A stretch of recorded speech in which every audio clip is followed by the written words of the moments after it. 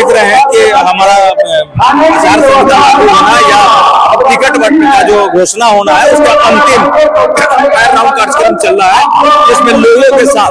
हम लोग बैठ के और सभी प्रत्याशियों को बैठा के और उनसे एक घोषणा करवाते हैं कि भाई हम लोग जो प्रत्याशी जनता के मंतव्य से और लोगों के मंतव्य से और प्रदेश कमेटी के मंतव्य से जो घोषणा की जाएगी उसमें सभी साथी एक मंच पर आके और घोषणा कर रहे हैं, शपथ ले रहे हैं कि हम उनके साथ हैं। ये भीड़ जो है, जो लोगों की भीड़ है, जो प्रॉपर वे में जो हम कार्यक्रम करना चाहते हैं उसमें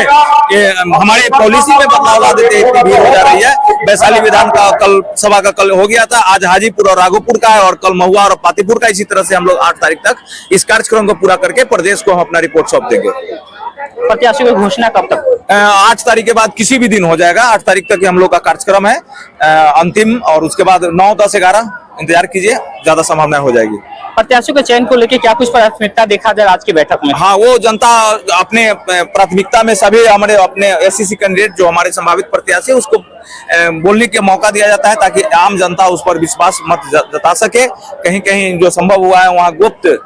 लोगों ने बैलेट के माध्यम से भी लोगों ने रिव्यू दिया है, लेकिन कहीं कहीं इतनी कार्यकर्ताओं और लोगों का भीड़ हो जाती है जहां सामूहिक हम लोग फैसला लेते हैं। और इस तरह से हम लोग का एक प्रक्रिया है और पहली बार प्रजातांत्रिक तरीके से कैंडिडेट उतारने और कैंडिडेट न थोपने की व्यवस्था जनसुराज में आई है। और इतने अच्छे शांतिपूर्वक व्यवस्था से अगर आपका कार्यक्रम दिख रहा है तो और पार्टी का भी आप लोग देख लें, यही हम दिखाना चाह रहे हैं। आप पुरुष नजर आएगा, पुरुष को तो आप प्रदेश भेज दिए हैं, यहाँ कोई रहते नहीं है, तो ज्यादातर महिलाएं आती है और महिलाएं ही अपने दुख दर्द को समझती है और जो अपने पति के लिए, अपने बच्चों के लिए इस पर मतदान करना चाहती है।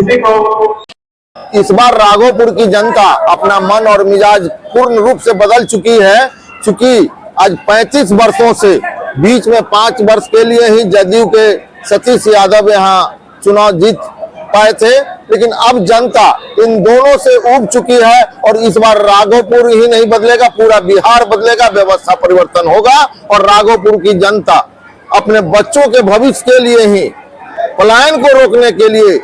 इस बार जनसुराज और जनता का सुंदर राज लाने के लिए जनसुराज के पक्ष में मतदान। संदेश हम दे रहे हैं कि बच्चों के पीठ पर वो बोरा नहीं होगा, बच्चों के पीठ पर वो स्कूल का बस्ता होगा, अच्छी शिक्षण व्यवस्था होगी, तभी तो फिर बिहार का कल्याण होगा। जब शिक्षा व्यवस्था सुदृढ़ होगी तो रोजगार के अवसर स्वयं पैदा होंगे और लोगों को रोजगार यहाँ मिलेगा। मुख्यमंत्री की ये घोषणा सिर्फ चुनावी घोषणा है और यूं कहिए कि जनता को ये एक